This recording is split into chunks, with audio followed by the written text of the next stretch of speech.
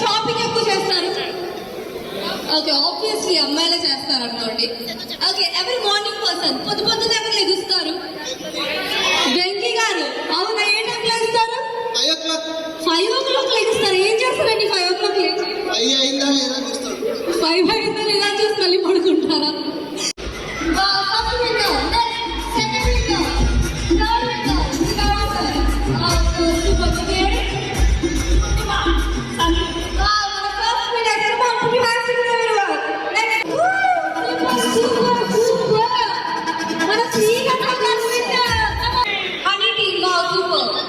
Rose flower tea, honey tea, ఏదో పేరు చెప్పండి.